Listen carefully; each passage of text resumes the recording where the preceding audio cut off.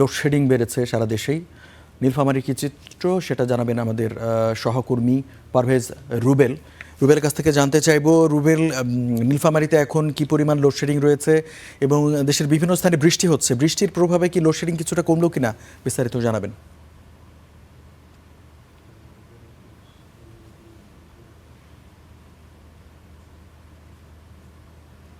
রঞ্জু, ধন্যবাদ আপনাকে। আসলে নীলফামারীতে কিন্তু গত কয়েক সপ্তাহ ধরে তীব্র লোডশেডিং এর কারণে মানুষের স্বাভাবিক জীবনযাপন আর কাজকর্ম কিন্তু কার্যত অনেকটা অচল হয়ে পড়েছে। বিশেষ করে গ্রাম থেকে শহর, মানে সবখানেই কিন্তু দিনে রাতে 12 থেকে 14 ঘন্টা করে বিদ্যুৎ থাকছে না। তবে গত দুদিন থেকে বৃষ্টির কারণে আবহাওয়া একটু ঠান্ডা থাকায় এই লোডশেডিং কিন্তু কিছুটা কমেছে।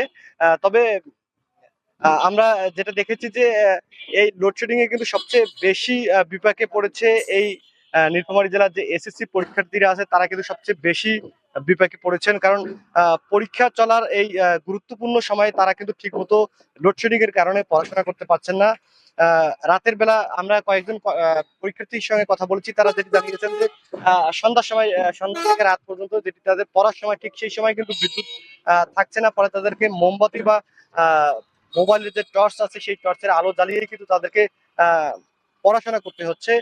তাছাড়া বিদ্যুতের এই দীর্ঘ অনুপস্থিতিতে কিন্তু ধস নেমে এসেছে স্থানীয় যে ব্যবসা বাণিজ্য হচ্ছে, এর উপরে কিন্তু এই লোডশেডিং এর প্রভাব পড়েছে। বিশেষ করে হালকা প্রকৌশল, ক্ষুদ্র শিল্প কারখানা, কোল্ড স্টোরেজ এবং কম্পিউটার ভিত্তিক যে দোকানগুলো রয়েছে, সেগুলোতে কিন্তু এই লোডশেডিং এর কারণে তাদের কাজকর্ম কিন্তু প্রায় বন্ধ।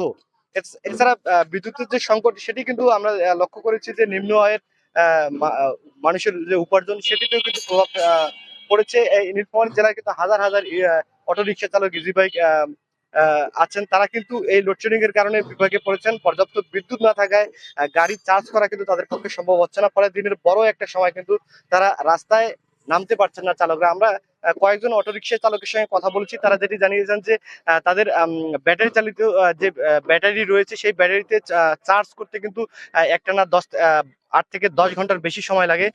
কিন্তু এই ঘন ঘন লোডশেডিং এর কারণে তারা ব্যাটারিতে পর্যাপ্ত চার্জ দিতে পারছেন না, তারা সেই সময়টা পাচ্ছেন না। আর এই লোডশেডিং এর কারণে কিন্তু তাদের যে ব্যাটারির স্থায়িত্ব, সেটিও কিন্তু অনেকটা কমে যাচ্ছে। ব্যাটারির যে লাইফ টাইম, সেটির উপর কিন্তু অনেকটা চাপ পড়ছে।